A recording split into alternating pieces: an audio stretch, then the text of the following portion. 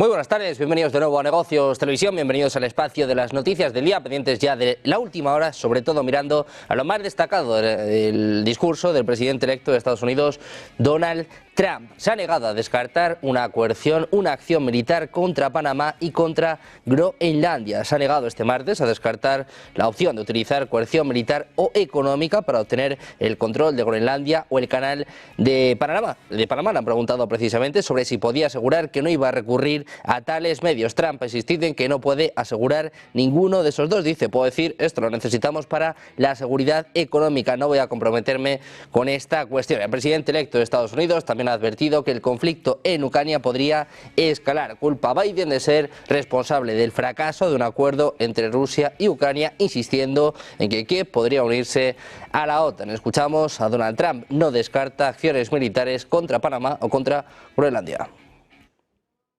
For our ships than they charge for ships of other countries.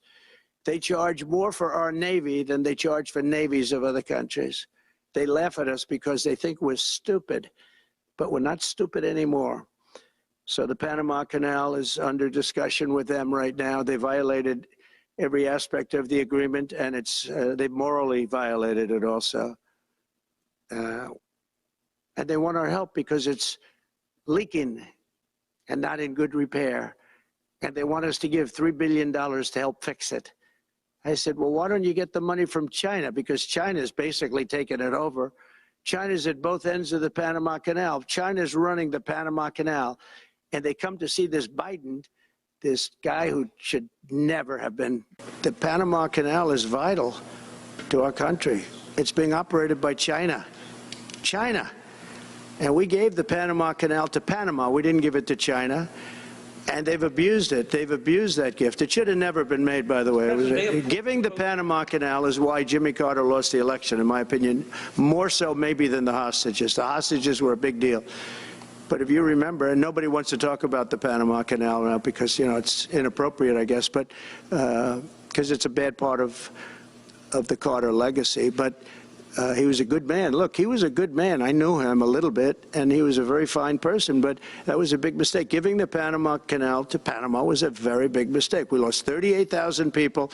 It cost us the equivalent of $1 trillion, maybe more than that. Probably the most expensive, they say it was the most expensive structure, if we call it a structure. Un Donald Trump que ha sido protagonista en las últimas horas, en los últimos minutos y que además tiene buenas noticias, y es que un juez ha bloqueado temporalmente este martes la publicación del informe final del fiscal especial sobre el caso de documentos clasificados del presidente electo Donald Trump. La jueza de distrito estadounidense, Aileen Cannon, ha remitido el asunto al Tribunal de Apelaciones del 11º Circuito, citando el daño potencial que podría causar la publicación de este informe. Esta decisión se ha producido tras una solicitud de los excoacusados del propio Donald Trump, tanto Wal Nauta como Carlos de Oliveira, que han pedido impedir la publicación de este informe. Los abogados de Trump argumentaron que debido a su posición única se le debería permitir sumarse al esfuerzo para bloquearlo. También han criticado las acciones del fiscal especial Jack Smith, pidiendo su destitución y que la publicación de este informe se aplace al menos hasta que entre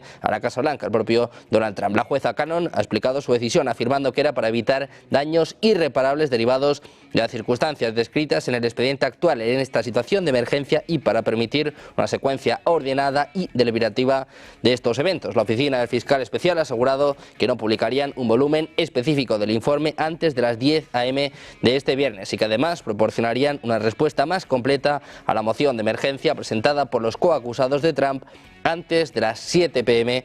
del martes. Precisamente Donald Trump, que ha dado mucho que hablar, hablando sobre Groenlandia, hablando sobre Canadá, sobre Panamá y mandando un mensaje a México. Cambia el nombre del Golfo de México. A partir de ahora se va a llamar Golfo de América. Se lo cuenta Donald Trump. And we help Mexico a lot. They're essentially run by the cartels. And can't let that happen. Mexico's really in trouble, a lot of trouble. Very dangerous place. And we're going to be announcing at a future date pretty soon. We're going to change because we do most of the work there and it's ours. We're going to be changing sort of the opposite of Biden, where he's closing everything up, essentially getting rid of $50 to $60 trillion worth of assets. We're going to be changing the name of the Gulf of Mexico to the Gulf of America, which has a beautiful ring that covers a lot of territory. The Gulf of America, what a beautiful name. And it's appropriate. It's appropriate. Y seguimos mirando las noticias más destacadas del día de hoy, donde al menos 126 personas han muerto y otras 188 han resultado heridas tras un potente terremoto que sacudió la región autónoma del Tíbet en el sur de China este martes por la mañana, es lo que informa la cadena estatal CCTV. El seísmo causó una importante destrucción con más de 3.600 viviendas dañadas y sus temblores se sintieron hasta la capital de Nepal, en Katmandú. La magnitud del seísmo fue evaluada de forma diferente por las autoridades. El Servicio Geológico de Estados Unidos lo midió como un terremoto de magnitud 7,1 a una profundidad de 10 kilómetros, mientras que el Centro de Redes Sísmicas de China lo calificó como un terremoto de 6,8. El epicentro se localizó en el condado de Tingri, cerca de la frontera con Nepal y a unos 80 kilómetros del monte Everest. Xi Jinping ha pedido esfuerzos de rescate exhaustivos mientras la región enfrenta las continuas réplicas, de las cuales se han registrado 150, 19 de ellas con magnitudes superiores al 3,0. También miramos a Meta, que ha decidido poner fin a su programa de verificación de datos en las plataformas Facebook, Instagram y Threads, sustituyéndolo por un sistema impulsado por la comunidad similar a las notas de X, es lo que afirmaba el CEO de la compañía, Mark Zuckerberg. Lo escuchamos. Legacy media have pushed to censor more and more. A lot of this is clearly political, but there's also a lot of legitimately bad stuff out there. Drugs, terrorism, child exploitation. These are things that we take very seriously, and I want to make sure that we handle responsibly. So we built a lot of complex systems to moderate content. But the problem with complex systems is they make mistakes. Even if they accidentally censor just 1% of posts, that's millions of people. And we've reached a point where it's just too many mistakes and too much censorship. The recent elections also feel like a cultural tipping point towards once again prioritizing speech. So we're going to get back to our roots and focus on reducing mistakes, simplifying our policies, and restoring free Meta, que cuenta actualmente con verificadores de datos acreditados que revisan y califican la veracidad de las publicaciones. Por otra parte, las notas de X son una forma colaborativa de añadir contexto útil a los mensajes para mantener a la gente mejor informada. Esta herramienta permite a los usuarios añadir notas respaldadas con fuentes fidedignas a las publicaciones. Decía Zuckerberg, pero vamos a volver a nuestras raíces y centrarnos en reducir los errores, simplificar nuestras políticas y restaurar la libertad de expresión en nuestras plataformas. Y seguimos mirando al presidente electo de Estados Unidos. Donald Trump ha desmentido este lunes el reporte de The Washington Post en el que se señala que su equipo estaba estudiando la opción de limitar su plan de aranceles. Dice Trump que la historia en el Washington Post es falsa, que no existen. Dice además que afirma incorrectamente que su política arancelaria será reducida y que eso está mal. Es lo que apuntaba en una publicación en Truth Social. Además, calificó el informe como otro ejemplo de noticias falsas. De acuerdo con el Post, los colaboradores de Trump estaban explorando aplicar planes arancelarios a todos los países, pero solo en ciertos sectores considerados críticos para la seguridad nacional o económica. Esto significaba un cambio en las promesas que hizo durante su campaña electoral, lo que provocó una recuperación brusca de las acciones y monedas europeas, así como una caída del dólar frente a otras divisas, a pesar del desmentido por parte de Donald Trump. También miramos a Dinamarca. Su primera ministra, Mette Frederiksen, ha dicho al presidente electo de Estados Unidos, Donald Trump, que la isla ártica de Groenlandia no estaba a la venta, pero subrayó que estaba interesada en cooperar con Washington, hablando con la televisión danesa al mismo tiempo que el hijo de Trump, al mismo tiempo que Donald Trump Jr. llegaba a Groenlandia. Frederiksen ha dicho que eran los propios groenlandeses los que tienen que decidir su propio futuro. Eso sí, admitió que la isla más grande del mundo posiblemente buscaría la independencia en los próximos años, lo que llamó como algo legítimo, al tiempo que enfatizó que esperaba mantener intacto el reino de Dinamarca. Decía, necesitamos una cooperación muy estrecha con Estados Unidos. Por otro lado, me gustaría que todos respetaran que los groenlandeses son un pueblo de su país el que está en juego aquí. También miramos a la secretaria del Tesoro de Estados Unidos, Janet Yellen, ha advertido a Pekín sobre las importantes consecuencias a las que se enfrentarían las empresas, incluidas las chinas, si prestan apoyo material a Rusia en el conflicto con Ucrania. Las declaraciones se produjeron este lunes en una reunión en línea con He Lingfen, viceprimer ministro del Consejo de Estado de China, en el marco de los esfuerzos por gestionar responsablemente la relación económica bilateral. Yellen cuestionó las prácticas no comerciales de China y el exceso de capacidad industrial que, según ella, perjudican a los trabajadores y las empresas de Estados Unidos.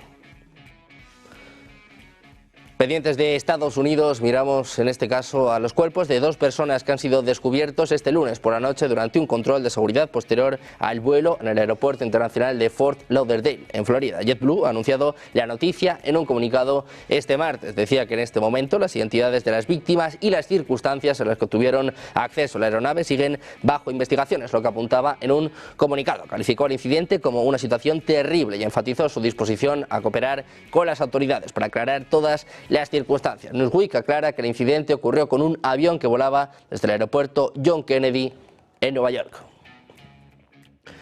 También miramos a la OTAN, que está desplegando una flota de hasta 10 buques en el mar Báltico para salvaguardar la infraestructura submarina crítica, es lo que informa la agencia ILE finlandesa este martes. La operación, que comenzará a finales de esta semana, involucraría barcos de la flota del mar Báltico de la OTAN y barcos adicionales enviados por los Estados miembros. En este sentido, el despliegue tiene como objetivo desalentar los sabotajes cerca de los principales cables de energía y datos. Mientras tanto, Finlandia y Estonia se centrarán en la vigilancia del Golfo de Finlandia. Otros barcos de la OTAN patrullarán varias partes del mar Báltico. Según ILE, los barcos permanecerán en esta zona hasta el mes de abril. Aunque la OTAN no puede restringir el paso por aguas internacionales, se espera que la presencia de estos buques aumente los peligros para cualquier posible sabotador, sirviendo como medida preventiva. El informe llega tras declaraciones de Mark Rutte, que anunciaba que la OTAN reforzaría su presencia militar en el mar Báltico.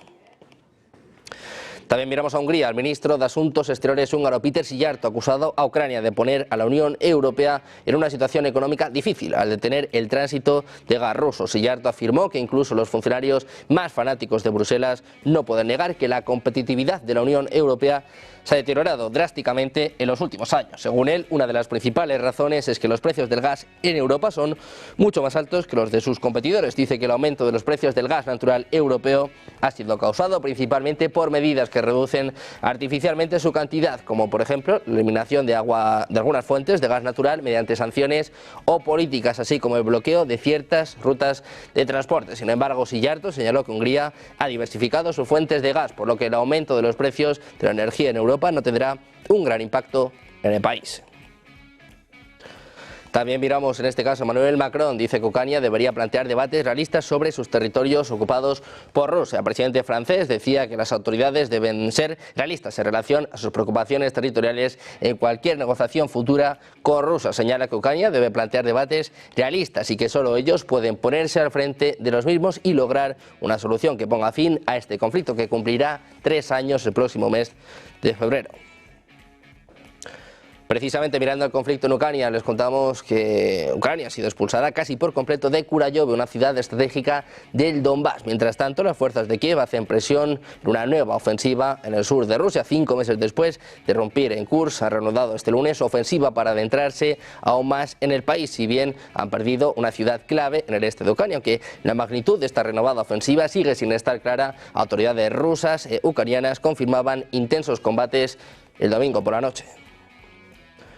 Precisamente el ejército ucraniano anunciaba este martes que está llevando a cabo operaciones de combate en la región fronteriza rusa de Kursk, golpeando específicamente un puesto de mando militar, después de eliminar en su comunicado toda mención a nuevas operaciones ofensivas, una expresión que había utilizado inicialmente. Este ataque, dice, forma parte integral de las operaciones de combate de las unidades de las fuerzas de defensa ucranianas que están llevando a cabo operaciones de combate en el territorio de la Federación de Rusia, es lo que indica escuetamente el Estado Mayor del ejército ucraniano en un comunicado publicado en Telegram. En una primera versión del mismo, que apareció unos minutos antes, se podía leer que las fuerzas terrestres de Ucrania están iniciando actualmente nuevas operaciones ofensivas en Kursk, una formulación que posteriormente fue eliminada. Precisamente en Ucrania, el grupo operativo estratégico Yortitsia del ejército ucraniano es responsable de negar informaciones publicadas por la plataforma Deep State sobre la toma por parte de las fuerzas rusas de la ciudad ucraniana de Lozova, en la región oriental de Kharkov. Dice que en lo que respecta a Lozova les resulta difícil decir de dónde viene la información sobre su captura, pero que la información sobre el terreno es opuesta, es lo que apunta Víctor Sinegubov en declaraciones recogidas por medios ucranianos. Señala que a fecha de 7 de enero no había información sobre combates serios en la zona de Lozova. Miramos en este caso a la mayoría de los ucranianos que sigue apoyando a Zelensky en su actuación tras casi 3 años de guerra, pero esta cifra está cayendo bruscamente en el último año, es lo que apunta un estudio publicado por el Instituto Especializado de Kiev. El Instituto Internacional de Sociología de Kiev realizó una encuesta telefónica a 2.000 personas entre el 2 y el 17 de diciembre. Según los resultados, a finales de 2024, el 52% de los ucranianos afirmaba confiar en Zelensky, una cifra que había caído bruscamente desde finales de 2023, cuando estaba en un 77%. Miramos también a Rusia. Como se ha informado, el yacimiento más grande de Ucrania ha quedado bajo control ruso, pero ahora se han revelado nuevos detalles. El presidente de la Comisión de la Cámara Pública de la Federación Rusa para Asuntos de Soberanía dice que hace un año Kiev, por una suma ridícula de dinero, transfirió a los británicos los derechos de explotación del yacimiento de litio de Shevchenko. Su explotación, decía, debía correr a cargo de la empresa australiana European Lithium, propiedad del empresario británico Anthony Sage. En realidad, dice, con la ayuda de Zelensky robaron un yacimiento de valor incalculable, pero ahora sus planes han sido frustrados y no están destinados a hacerse realidad. Dice que ahora el recurso más valioso necesario para la producción de baterías lo va a extraer Rusia. Rusia, que pone en jaque a Reino Unido, recupera un depósito de valor incalculable precisamente ante las narices de Gran Bretaña. Pendientes de la tensión en Ucrania, mirando a las nuevas amenazas por parte de Donald Trump, el impacto que esto tiene en los mercados. Hacemos una pausa, unos minutos, y enseguida seguimos con toda la información en Negocios Televisión.